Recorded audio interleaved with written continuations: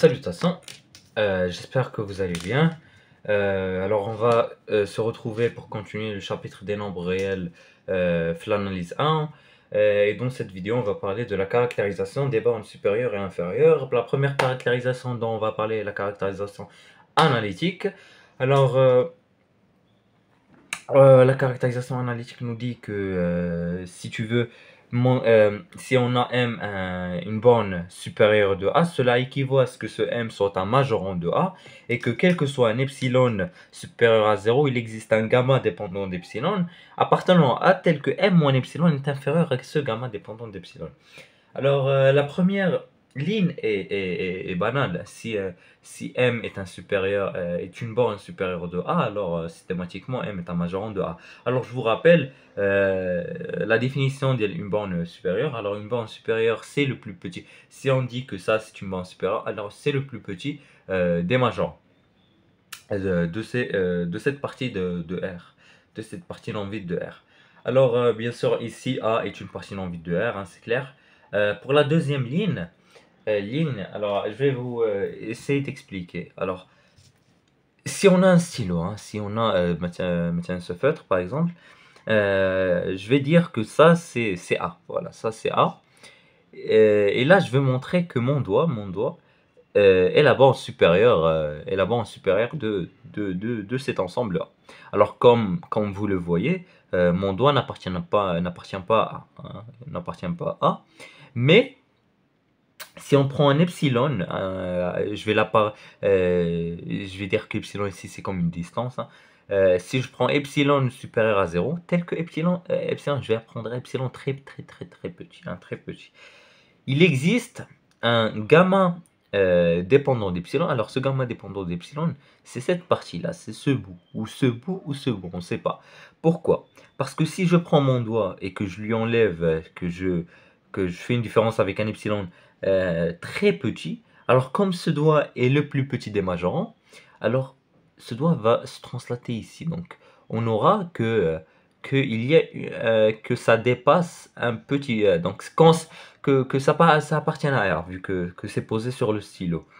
Donc, le bout noir le feutre et le gamma dépendant d'epsilon. Parce que si je bouge mon doigt ici, le gamma dépendant d'epsilon devient un devient plus grand en fait.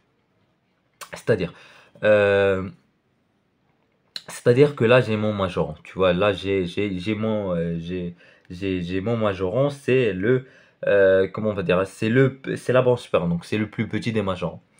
Donc si la définition dit le plus petit des majorants, c'est pas logique que si j'enlève donc là j'ai un M et là je fais M moins epsilon et ça reste ici. Donc si ça reste ici, alors ça veut dire que M n'est pas la borne supérieure, mais ce M moins epsilon est la borne supérieure. Donc comme M moins epsilon appartient à A et est précédé par un élément de A, alors ça veut dire que ce M est la borne supérieure bah, de, euh, comment dire, de A. La borne supérieure de A, voilà. Et vous allez me dire que si je prends mon doigt ici, que je lui enlève un epsilon, bah ça reste que c'est pas. Donc vous allez me dire genre, et si je lui enlève un epsilon et que M moins epsilon n'est pas précédé par un élément de A, bah cela voudrait dire que ce M que tu as pris n'est pas le supérieur, n'est pas la borne supérieure de A. Et même chose pour la borne inférieure. Si je prends petit m et la borne inférieure de A, alors la borne inférieure de A par définition, c'est le plus grand des minorants. Alors la première ligne est très évidente, hein, la borne, donc M est un minorant de A, et quel que soit epsilon supérieur à 0, il existe un gamma dépendant d'epsilon appartenant à A, tel que M plus epsilon supérieur à gamma d'epsilon. Alors c'est logique parce que là, si je prends mon doigt ici, donc mon doigt ici, là c'est un minorant, c'est le plus grand des minorants, vu qu'il y a un minorant avant, des infinités de minorants. Si j'ajoute un epsilon, et il devient là tu as un bout blanc. Alors cette partie blanche, donc du feutre, appartient à A. Donc ça c'est gamma dépendant d'epsilon, vu que maintenant on a que gamma dépendant d'epsilon est inférieur m plus epsilon, alors ça voudra dire que le m que j'ai pris est la borne inférieure de A. Voilà. Yani, باش دابا ما يقول لك vérifier que 1 est la borne supérieure de cet ensemble, vous allez le montrer par caractérisation analytique ou par caractérisation séquentielle, qu'on va voir tout juste après. Ça, على حسب داكشي اللي عندك واش appartient à n, واش tu peux construire ta suite ou pas. Voilà. Alors, on va commencer notre démonstration sur la caractérisation analytique. Alors, on va faire une double implication. On va supposer premièrement que m est le supérieur de A et on va montrer ces deux lignes. Et pour la deuxième, on va supposer ça et on va montrer ça. On suppose que m est la borne supérieure de A. Cela voudra dire que A est un majorant, pardon, que m est un majorant de A. C'est-à-dire que quel que soit un petit élément un élément de A, m est supérieur ou égal à petit a, je vais me fixer un epsilon supérieur à 0 et je vais dire qu'on a, comme m est la borne supérieure, alors m est le plus petit des majorants de A. Alors si j'enlève, comme m est le plus petit des majorants de A, et j'ai fixé un epsilon supérieur à 0, alors m en epsilon n'est pas un majorant de A, vu que c'est le plus petit, que m est le plus petit des majorants de A. Donc لما كانش في دونك هاد ام وان ابسيلون راه هو لو بلو لا بورن وتا هذيك مازال خاصها في فيريفيكاسيون car m1 epsilon est inférieur à m. Donc il existe un gamma dépendant d'epsilon appartenant à tel que m1 epsilon est inférieur à gamma d'epsilon. Donc c'est logique et c'est et ça justifie un peu ce que j'ai dit tout à l'heure. Voilà. Alors pour l'autre implication, on va supposer que m est un majorant de A et que le blabla d'epsilon supérieur à 0, etc. Maintenant, on va essayer de montrer que m est le supérieur, est la borne supérieure de A, est suprêmement. Donc, on va supposer par absurde que m n'est pas le sub de A.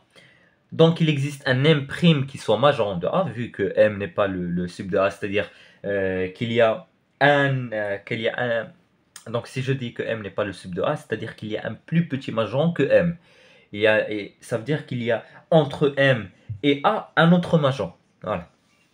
Donc, m est supérieur à m', voilà. Et on va poser epsilon est égal à m moins m', qui restera positif, bien sûr. Voilà. Alors, on a que m... voilà, désolé pour ce petit désagrément. Alors, on a que m' est supérieur ou égal à A, et comme... et comme m' moins m, attendez, alors que m moins m' est égal à epsilon, et on a déjà que epsilon est supérieur à 0, alors m moins epsilon est supérieur ou égal à A, donc غير كنجيبو m كنجيبو m' جا الاخر و epsilon جا الاخر كتولي عندنا ان m' كتساوي m moins epsilon. صافي كنعوضوها كتولي عندنا ان il existe un epsilon supérieur à 0 quel que soit A appartenant à m moins epsilon supérieur ou égal à 0. Ceci est absurde parce que c'est la négation de ce qu'on cherche nous. Donc حنا كنقلبو quel que soit un epsilon supérieur à 0, il existe le A appartenant à grand A tel que m moins epsilon est inférieur à A. Donc ceci est absurde. Donc m est la borne supérieure de A.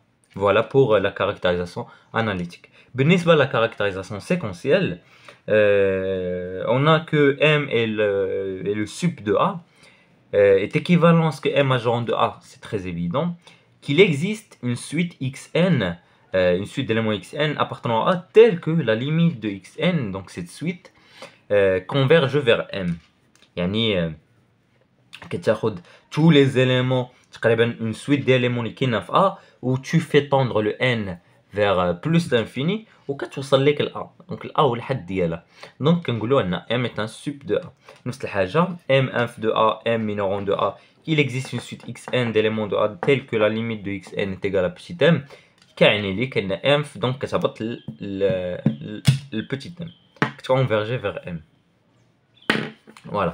Donc pour la démonstration, pour la première, on suppose que m est égal au sub de A. Donc m est un majorant de A très évident.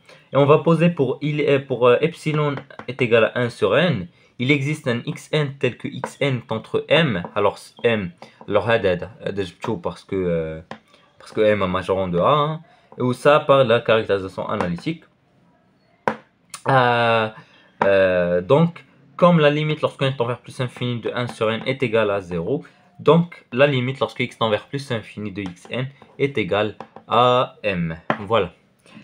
Ceci est pour la première implication. Pour la deuxième, soit m en majeur en 2a avec la limite lorsque n tend vers, avec xn converge vers m. M est un sub de A. Lorsqu'on va utiliser la définition de la limite pour les suites, quel que soit un epsilon supérieur à 0, il existe un n0 appartenant à grand n, tel que quel que soit n à partir d'un certain rang, n0, supérieur ou égal à n0, tel que la valeur absolue de xn moins m, yani la limite, inférieure à epsilon. Donc ceci nous dit qu'epsilon xn moins m est entre epsilon et moins epsilon, et on va s'intéresser juste à ce côté.